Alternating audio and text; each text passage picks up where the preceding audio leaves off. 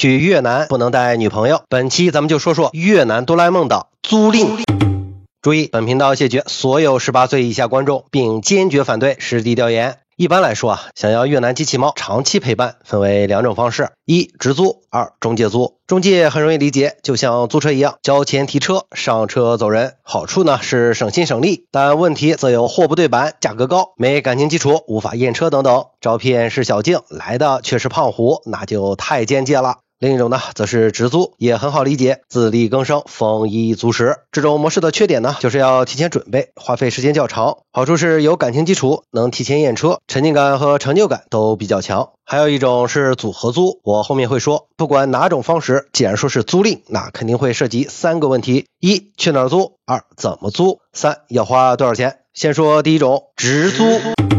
既然说是直租，到哪儿选猫，怎么选猫，就变成了技术活。前几期视频里咱们批判过洗头店和各种毫无底线的 KTV， 这些地方都是找猫圣地。当然，夜店酒吧、神秘网站、按摩店，这些以后要坚决批判的地方也是 OK 的。倒不是说让你搭讪比如你去 KTV 看中了一个机器猫，一起唱2首歌，喝2杯酒，第一步呢就算完成了。酒吧、洗头店本质上也是一样的，目的呢就是混个脸熟。KTV 里的过程我们就不说了，必然是俗不可耐，不堪入目。先留个联系方式，或后续进入 ST、LT 阶段，就搞定了第2步。当然了，前提是这个蓝胖子你确实很喜欢。有了一定的感情基础后，当然也不用太多就可以进入第3步。问他是否喜欢吃喝玩乐、2人世界，是否想一起游览胡志明，也可以根据自己的行程请他去富国岛看大海，岘港日光浴，芽庄吃海鲜。不管用翻译软件还是妹子会中文，都能明白你什么意思。如果你牛逼，直接前2步就解决了问题，那也是可以的。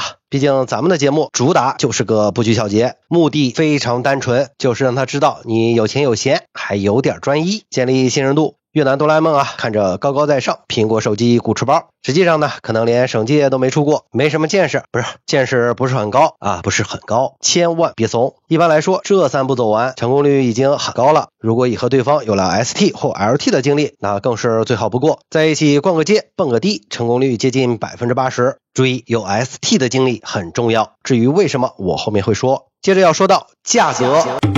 一般来说呢，走完前3步之后他们不会立刻答应，毕竟哆啦 A 梦呢也是很害羞的，可能会说还有工作，比较为难，没有时间等等，也可能不是这几句，但意思呢肯定都差不多。潜台词就是你给多少钱。如果你神似吴彦祖，貌如古天乐，或者蓝胖子心地善良，涉世未深，也是有猫不要钱的。这次没开玩笑我一个朋友就遇到过。如果非要钱不可，根据我另一个朋友的批判经验，假设哆啦 A 梦 LT 的价格是3到500万，那么日租价就应该是这个范围，每天再减50到100万。如果是北越，比如北宁老街的日租机器猫，则理论上呢不应该超过每天2到300万。注意，我要说重点了，那就是一定不能让蓝胖子随心所欲的漫天要价，这不是钱的问题。我重复一遍这不是钱的问题。如果超过了我上面说的范围，大概率呢是没把你当大熊，而是当成了傻逼。可能有钱的朋友会说咱们主打就是个体验，多花点钱洒洒水了。并非如此，如果你认了，那么你这一路上大概率不会有什么好的体验。各位和蓝胖子同行，那是带他感受繁华世界，就应该比 LT 的价格低才算合理。这么说吧，如果超过了范围，别不好意思，砍价5折起。总之一句话，如果哆啦 A 梦开口谈钱，闭口小费，转头嫌少，给完再问，坐地起价，视钱如命，只要沾上了上面任何一条，哪怕是他在山上特别优雅，也一律拉黑。假如你只在胡志明这种资源丰富的大城市活动，根本不会缺哆啦 A 梦。但如果你要去岘港、富国岛这些旅游胜地，则需要提前在大城市做好选猫工作。你说你飞机落地后，玩具店现场购买，那是不行的。接下来咱们说说第2种租赁方式，中介。所谓中介呢，一般是指导游、哆啦 A 梦他妈这样的角色。这类人在越南很多，他们业务广泛，资源丰富，什么萝莉猫、长腿猫、网红猫，会中文的猫应有尽有。但有一个问题，大家务必注意，中介的能力和职业道德呢是参差不齐的，最好是朋友请过的靠谱中介，或者多问几家，沟通过一段时间，各方面判断下来还不错的，可以考虑。但是中介会存在价格贵、没感情基础、验车困难，可能货不对版，所以除非你到越南就是为了租，待的时间也不长，还只会中文，且对中介比较信任，否则并不推荐此类方式。注意，如果是几个人一起组团去越南，不要一窝蜂的分散去找，或者都去找导游，一定要聚焦，先锁定一个目标蓝胖子，再请他介绍自己的闺蜜多拉美给其他人，就靠谱的多了。这是为什么呢？很简单，人与人之间是需要磨合和信任度的。如果机器猫互相认识，和你出行呢会更有安全感，一起游艇出海、住别墅、开 party 或者别人管不着的一些事情会比较放松，体验也更好。这种方式我叫它组合租。至于价格呢，中介会比直租的方式贵 30% 到 50%， 看人和具体的情况。接下来是验车。